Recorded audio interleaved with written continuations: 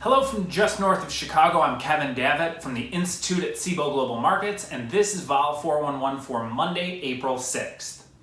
Broad equity markets are off to a hot start to the week as U.S. equity indices are higher by between 4 and 5% thus far in the session.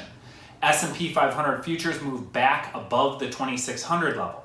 Now, the range over the past 5 sessions has been from roughly 2630 on the high end to 24.25 on the low end.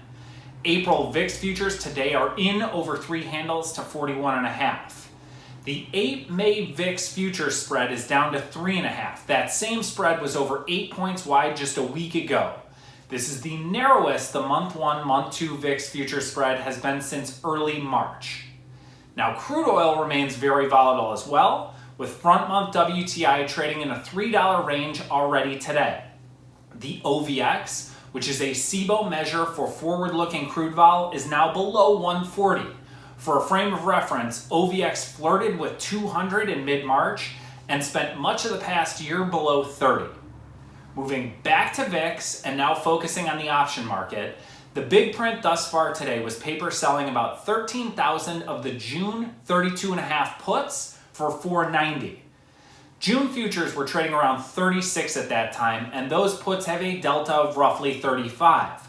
But as anyone who has traded options during a crisis likely knows, your Greeks can move very quickly in an environment where volatility is this fluid. It also looks like the May-July 75 call spread went up about 2,500 times. That appears to have traded with May about 12.5 cents over. Now keep in mind, in VIX options, when the futures are inverted, you can buy time spreads for credits. That's very foreign to pure equity option traders. Okay, the week is off to a very green start. The Fed minutes come in on Wednesday. The next jobless claims, which are now forecast at 6 million more filings, are due Thursday. CPI inflation numbers are expected Friday.